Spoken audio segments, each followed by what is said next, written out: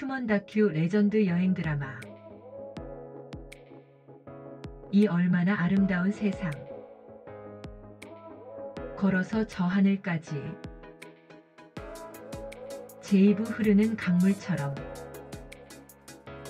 라오스 여행 40일째 날, 아직 끝나지 않은 악몽 속의 질주. 제이달라.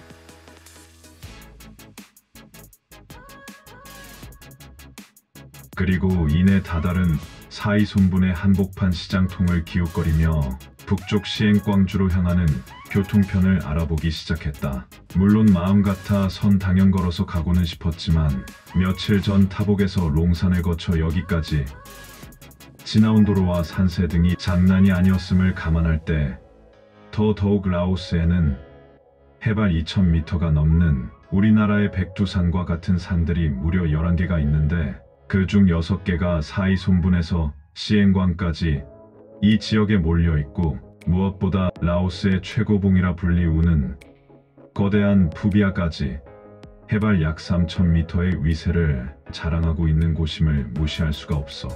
만일 걸어서 이 지역을 통과한다는 것은 한마디로 그냥 죽지 못해 환장한 짓임이 분명. 일단 살려고 한다면 객기보다는 최소한의 상식과도 같은 대중교통편을 이용할 수밖에는 방법이 없었음 이란 것이었다.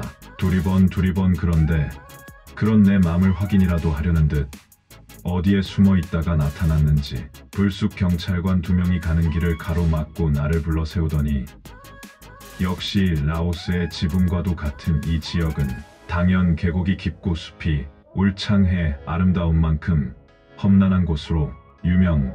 라오스인들조차 이 지역의 통행은 꺼린다고 하면서 아무리 여행이 좋다고 하지만 외국인이 그것도 혼자 이 지역을 걸어서 통과하겠다고 하는 것은 분명 어디가 잘못됐어도 단단히 잘못된 것이라며 난색과 질색을 동시 패션하면서 절대 걸어서는 못 간다고 하는 것이었다. 아니 그런데 내가 언제 걸어서 간다고 하지도 않았는데 무슨 말을 하는지 모르겠다고 시침 뚝.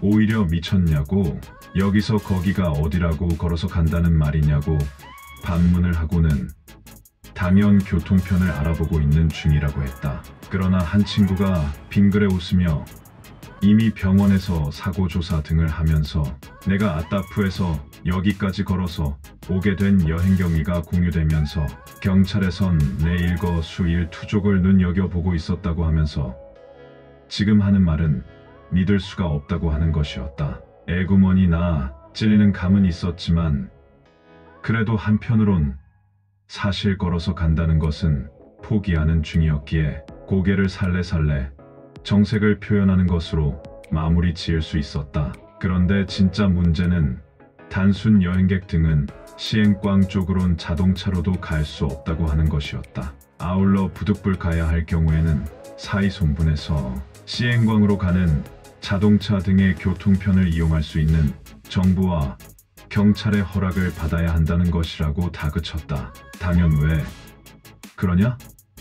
고 묻지 않을 수 없었는데 한마디로 자세한 내용은 말할 수 없다고 하면서 오히려 그렇지 않아도 우리는 당신이 허가 없이 어떻게 여기까지 왔는지 충분히 문제가 되고 있어서 그 경로 등을 따져보려고 소환 조사를 하려고 했다면서 다만 사고로 병원에서 치료를 받고 조금 전 퇴원하여 곧바로 사이손분을 떠날 것 같아서 신경을 곤두세울 수밖에 없었는데 하지만 즉시 떠나기만 한다면 더 이상 문제를 삼지 않겠다고 결론을 내렸다고 하면서 긴 말 하지 말고 무조건 어서 빨리 떠나는 것이 신상에 이로울 것이라고 했다. 한마디로 잔소리 말고 조용히 떠나라는 것이었다. 그리곤 지도를 보여주는데 정말 사이손분 옆에 빨간 글자로 특별관리구역이라고 표시되어 있었다.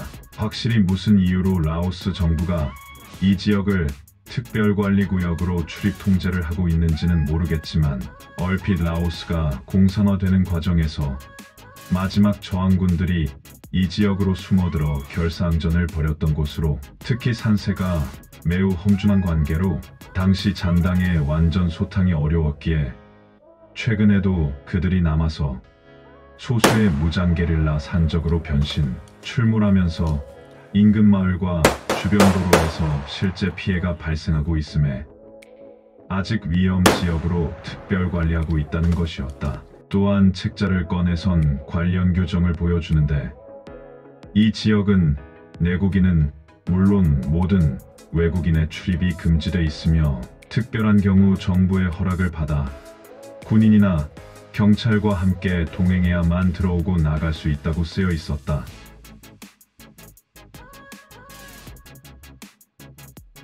감사합니다. 다음 편에서 계속됩니다.